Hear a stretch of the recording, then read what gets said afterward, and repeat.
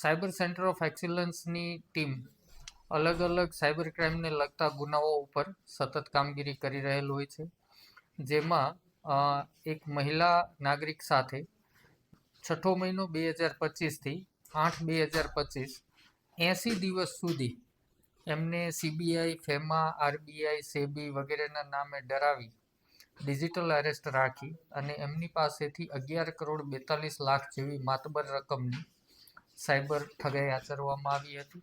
એ ગુનાના કામે 3 લોકોની ધરપકડ કરવામાં આવી છે: પાર્થ કનુભાઈ પટેલ, મેહુલ પ્રવીણસિંહ ચાવડા અને રોનિલ ઉર્ફે વેકર ઉર્ફે ડેન રાજેશભાઈ વેકરિયા. આ લોકો ટેલિગ્રામના માધ્યમથી પેમેન્ટ પ્રોસેસિંગનું કામ કરતા હતા. ટેલિગ્રામમાં અલગ અલગ ગ્રુપો હોય છે, એવા ગ્રુપના સંપર્કમાં આવેલા અને એમને એમની સર્વિસ ઓફર કરેલી. એકાઉન્ટ કોઈ પણ નાગરિક ગમે ત્યાં ખોલી લે છે, અથવા તો ડોરમેટ પડેલા ખાતાઓ હોય છે, અથવા તો ખાતામાં બહુ વ્યવહાર ન થતો હોય, એના માધ્યમથી આ લોકો આ ક્રાઇમ આચરતા હોય છે.